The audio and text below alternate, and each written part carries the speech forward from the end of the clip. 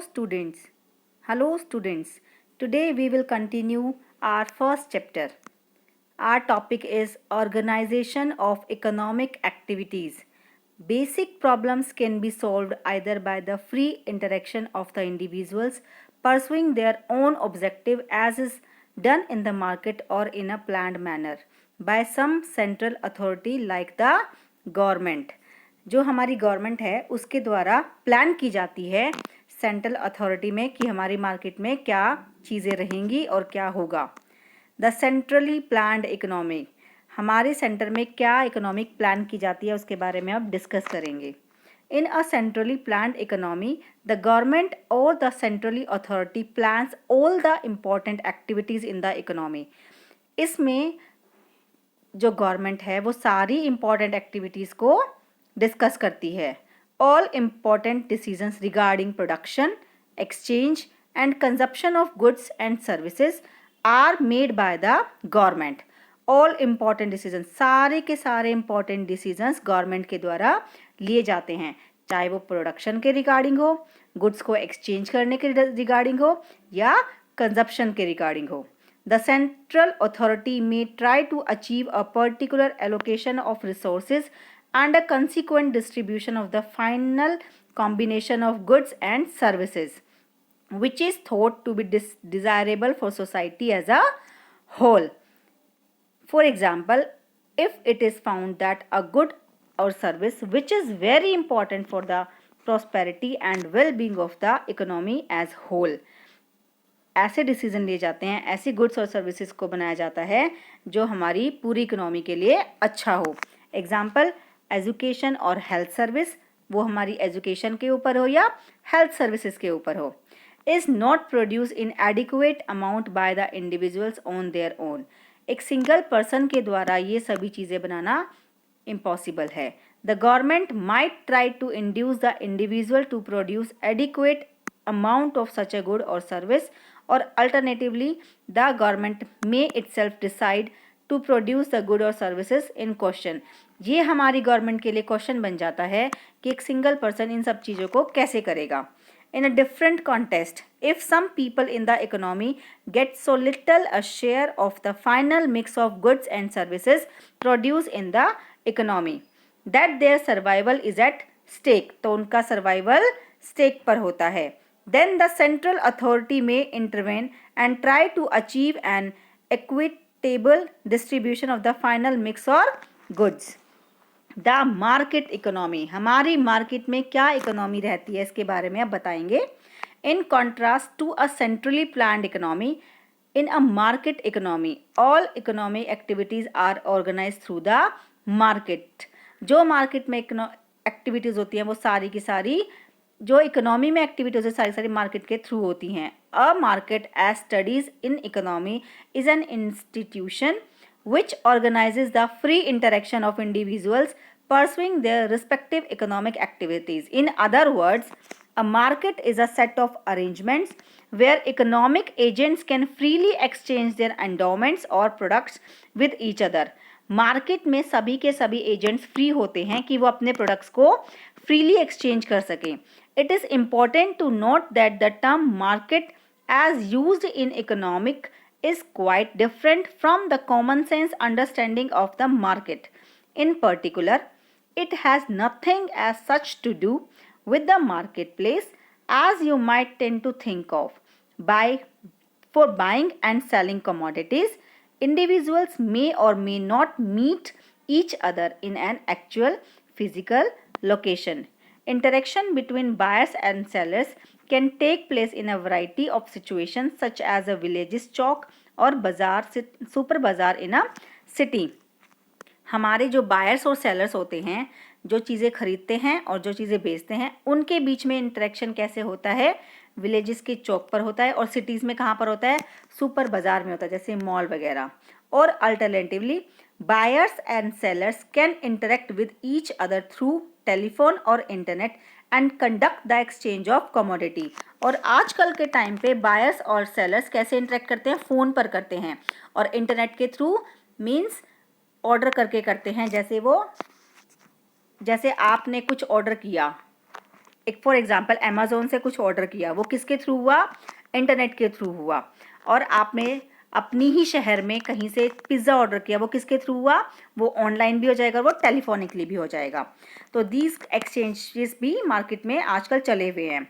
The arrangements which allow people to buy and sell commodities freely are the defining features of a market.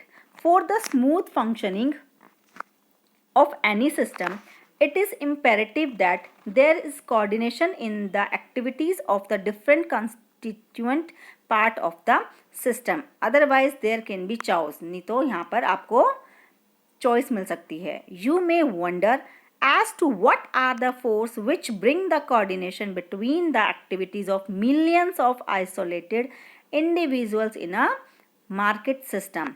In a market system, all goods or services come with a price which is mutually agreed upon by the buyers and sellers. Market में किसी भी चीज़ का price mutually agreed किया जाता है कि वो buyers और सेलर्स के लिए एक जैसा हो, मतलब उनको ना तो ज़्यादा महंगा लगे ना ज़्यादा सस्ता लगे। At which the exchanges take place, जहाँ पर वो एक्सचेंजेस आराम से कर सके। The price reflects on an average the society's valuation of the good और सर्विसेज इन क्वेश्चन। हमारी सोसाइटी में क्वेश्चन क्या है कि हमें गुड्स और सर्विसेज का क्या वैल्यू रखना चाहिए।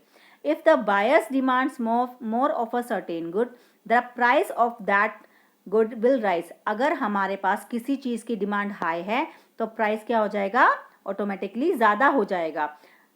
सपोज करो हमने कोई चीज़ खरीदनी है और वो उसको बहुत ही ज़्यादा पसंद आ रही है। स्टार्टिंग में तो उसका प्राइस कम रखते हैं, बट जब हम ये देखते हैं कि मार्केट में इसको ज़्यादा पसंद किया जाता है तो हम क्या करते हैं, सेलर्स क्या करते हैं, उस गुड्स का प्राइस हाई कर देते हैं।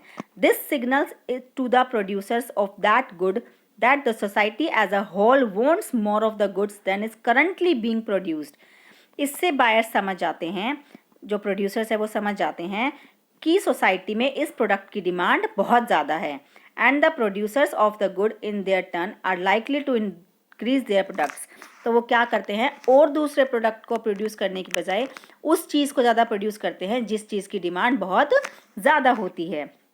In this way prices of goods and services send important information to all the individuals across the market and help achieve coordination in a market system. Thus, in a market system, the central problem regarding how much and what to produce are solved through the coordination of economic activities brought about by the price signals. इसमें central problem हमारी क्या होती है कि हमें क्या produce करना है और कितनी क्वांटिटी में प्रोड्यूस करना है। ये हमारी कैसे सॉल्व होती है? Coordination of economic activities. Economic activities को देखते हुए हमारी ये प्रॉब्लम हम सॉल्व कर सकते हैं। In reality all economics are mixed economics where some important decisions are taken by the government. जो हमारी इकोनॉमी है वो मिक्स्ड इकोनॉमिक है और इसमें सारे के सारे डिसीजंस गवर्नमेंट के द्वारा लिए जाते हैं। And the economic activities are by and large conducted through the market. और इस इकोनॉमिक में एंड द इकोनॉमिक एक्टिविटी जो एक्टिविटीज़ होती हैं वो किसके द्वारा कंडक्ट की जाती है? मार्केट के द्वारा कंडक्ट की जाती हैं। The only difference is in term of the extent of the role of the government in deciding the course of economic activities.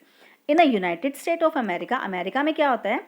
The role of the government is minimal. जो government का role होता है वो बहुत ही ज़्यादा कम होता है। The closest example of a central planned economy is the China for the major part of the 20th century.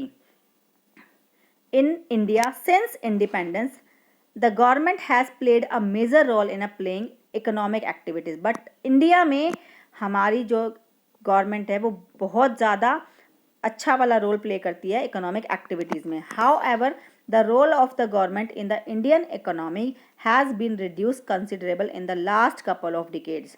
Last 20 years से हमारी कंट्री में भी थोड़ा बहुत गवर्नमेंट का रोल कम होता जा रहा है।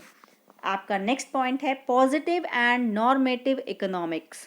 It was mentioned earlier that in principle there are more than one ways of solving the central problem of an economic. These different mechanisms in generally are likely to give rise to different solutions to those problems, thereby resulting in different allocations of the resources and also different distributions of the final mix of goods and services produced in the economic. Therefore, it is important to understand which of these alternative mechanism is more desirable for the economy as a whole. In economics, we try to analyze the different mechanism and figure out the outcomes which are likely to result. Therefore, it is important to understand which of these alternatives mechanism is more desirable for the economy as a whole. In economics, we try to analyze the different mechanism and figure out the outcomes which are likely to result under each of these mechanisms. We also try to evaluate the mechanisms by studying how desirable the outcomes resulting from them are. Often a distinction is made between positive economic analysis and normative economic analysis depending on whether we are trying to figure out how a particular mechanism functions or we are trying to evaluate it. इसमें हमें ये बताया गया है हमारे पास दो economic हैं, positive economic analysis है हमारे पास और नॉर्मेटिव इकोनॉमिक एनालिसिस हैं और उनको हमें फिगर आउट करना है, उनको हमें इवेल्युएट करना है. In positive economic analysis, we study how the different mechanisms function, and in normative economics, we try to understand whether these mechanisms are desirable or not. जो पॉजिटिव इकोनॉमिक एनालिसिस है उसमें हम ये स्टडी करेंगे कि इनको किन फंक्शंस पे करना है और नॉर्मेटिव को कैसे करना है, ये डिजायरेबल है या नहीं है. However, this distinction between positive and normative economics analysis is not a very sharp one. इनमें से कोई भी sharp one नहीं है. The positive and the normative issues involved in the study of the central economic problem are very closely related to each other, and a proper understanding of one is not possible in isolated to each other. Next point है आपका micro economics and macro economics, जो कि मैंने आपको पहले बताया था कि माइक्रो इकोनॉमिक्स क्या होती है और मैक्रो क्या होती है. सबसे पहले हमने माइक्रो पढ़ा था, अब इनमें दोनों में डिफरेंसेस थोड़ी सी स्टडी करते हैं इसके बारे में. Traditionally the subject matter of economics has been studied under two broad branches. जो हमारी इकोनॉमिक्स है उसको हम टू पार्ट्स में, टू ब्रॉड ब्रांचेस में उसको स्टडी करेंगे. फर्स्ट ब्रॉड ब्रांचेस है हमारी micro economics and second one है हमारी macro economics. In micro economics we study the behaviour of individual economic agent in the markets for different goods and services. इसमें हम behaviour के बारे में रीड आउट करेंगे. इंडिविजुअल इकोनॉमी में agents के क्या बिहेवियर होते हैं, मार्केट में जो गुड्स और सर्विसेज होती हैं उनके regarding, and try to figure out how price and quantity of goods and services are determined through the interaction of individual in these market. और हम कैसे किसी भी गुड्स का प्राइस को फाइंड आउट करेंगे और कैसे उसकी क्वांटिटी और सर्विसेज को डिटरमाइन करेंगे मार्केट में जाकर. In macro economics on the other hand, दूसरी जगह पे हम मैक्रो इकोनॉमिक्स में we try to get an understanding of the economy as a whole by discussing our attention on aggregate measure such as total output, employment and aggregate price level. और macro economic में हम क्या पढ़ेंगे कि हमारी total output क्या है, employment कैसे हुआ है और एग्रीगेट हमारा प्राइस लेवल क्या बनता है.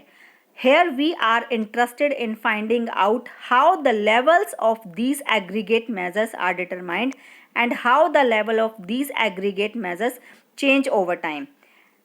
कि हम aggregate measures कैसे determine करते हैं और हम इनको टाइम के अकॉर्डिंग चेंज कैसे करते हैं इनके लेवल को. Some of the important questions that are studied in macroeconomics are as follows. हमारे पास कुछ मेजर कुछ इंपॉर्टेंट क्वेश्चंस हैं कि हम मैक्रो इकोनॉमिक्स में जिनको फॉलो करते हैं. What is the level of total output in the economic. हमारी इकोनॉमी में टोटल आउटपुट क्या होता है. How is the total output determined. Total output को कैसे डिटरमाइन किया जाता है. How does the total output grow over time. Time के अकॉर्डिंग हमारा टोटल आउटपुट कैसे ग्रो करता है. Are the resources of the economic fully employed? कैसे हमारे रिसोर्सेज फुल्ली एम्प्लॉयड होते हैं, जैसे labour? What are the reasons behind the unemployment of the resources? What are the reasons behind the unemployment of the resources? क्या reasons है जो हमारी country में, हमारे देश में अनएम्प्लॉयमेंट है? Why do price rise किस लिए होते हैं? क्या रीजंस है, क्या कंडीशंस बनती हैं जिससे प्राइस राइज होते हैं? Thus, instead of studying the different market as is done in macroeconomics, we try to study the behavior of aggregate or macro measures of the performance in the economy. Macroeconomics और microeconomics में हम aggregation के बारे में study करेंगे. आपका next point है plan of the box, कि हम नेक्स्ट चैप्टर को कैसे प्लानिंग करेंगे.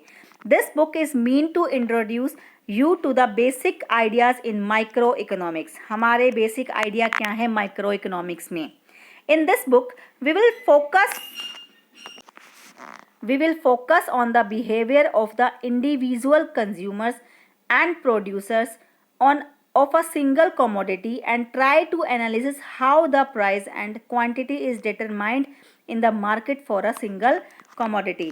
इसमें हम कंज्यूमर्स के बिहेवियर को देखेंगे कि सिंगल कमोडिटी के लिए, उनके लिए, प्रोड्यूसर्स के लिए और कंज्यूमर के क्या बिहेवियर, कैसे बिहेव करते हैं वो, और हम प्राइसेस को एनालिस करेंगे. And quantity is determined in a market for a single commodity. Single commodity के लिए हमारी मार्केट में को कैसे डिटरमाइन किया जाता है. और चैप्टर 2 में we shall study the consumers behaviour. Consumers का क्या बिहेवियर रहता है, कैसे वो बिहेव करते हैं, उसके बारे में स्टडी करेंगे. In chapter 3 deals with basic ideas of production and cost, कि हमारे बेसिक आइडिया क्या होने चाहिए प्रोडक्शन ऑफ कोस्ट को लेकर. In chapter 4 we study the producers behaviour, कि प्रोड्यूसर्स का क्या बिहेवियर होना चाहिए उसके बारे में स्टडी करेंगे. In chapter 5, we shall study how price and quantity is determined in a perfectly competitive market for a commodity. Perfectly competitive market में हमारी थिंग्स के, हमारी चीज़ों के क्या प्राइस होनी चाहिए और क्या क्वांटिटी होनी चाहिए. In chapter 6, study some other form of market. हम दूसरी मार्केट्स के बारे में स्टडी करेंगे. आपकी की कंसेप्ट्स हैं आज के. कंजप्शंस, कि क्या कंजप्शंस होती है. स्कैरसिटी, कि हमारी मार्केट में किसी चीज़ की कमी होती है. मार्केट, बाजार. Mixed economic, micro economics in a short form. Production, किसी चीज़ का प्रोडक्शन करना. प्रोडक्शन पॉसिबिलिटी, किस चीज़ की इतनी पॉसिबिलिटी हो सकती है. मार्केट इकोनॉमिक, पॉजिटिव एनालिसिस जो आप पढ़ चुके हो.